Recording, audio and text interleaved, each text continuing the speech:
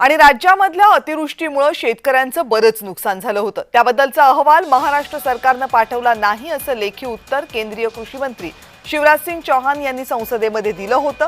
मात्र वास्तव वेगळं आहे। राज्य सरकारने केंद्राकडे मदतीचा प्रस्ताव पाठवल्याचा एक पुरावा समोर आलाय।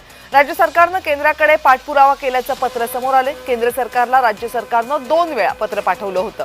27 तारखेला एकदा एक पत्र पाठवलं होतं 27 नोव्हेंबरला आणि त्यानंतर डिसेंबर महिन्यामध्ये सुद्धा केंद्र सरकारला पत्र पाठवण्यात आलेलं आहे। राज्य सरकारने पाठपुराव्यासाठी 2 वेळा केंद्राला पत्र पाठवलं, शिवाय मदतीचा प्रस्तावही दिलाय। 27 नोव्हेंबर आणि 1 डिसेंबर अशी 2 प्रस्तावपत्र केंद्राला पाठवण्यात आलेली आहेत।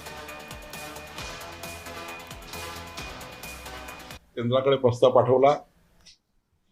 आमच्या प्रस्तावावर केंद्राची टीम राज्यामध्ये आली, केंद्रीय पथक राज्यामध्ये आलं। मला वाटतं लोकसभेचं जे प्रिंट तयार होतं पुस्तकाचं 1.5 महिन्यापूर्वी बहुतेक ते प्रिंटिंग असतं। जसं आम्ही विधानसभेत प्रश्न उत्तर देतो लेखी, ते साधारण 1 ते 1.25 महिन्यापूर्वी छापले जातात।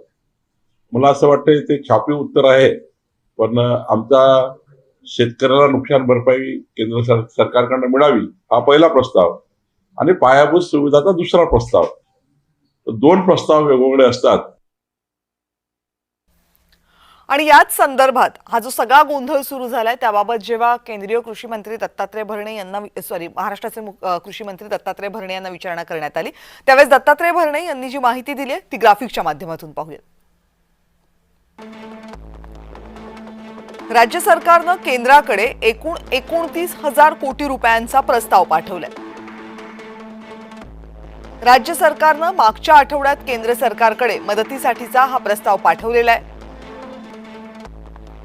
कृषी खातं, ग्रामविकास खातं, महसूल विभाग यांनी एकत्रित मिळून केंद्राकडे हा प्रस्ताव पाठवलाय। कृषी विभागाची केंद्र सरकारकडे 9,000 कोटी रुपयांची मागणी आहे। कृषी मंत्री दत्तात्रय भरणे यांनी ही माहिती दिली।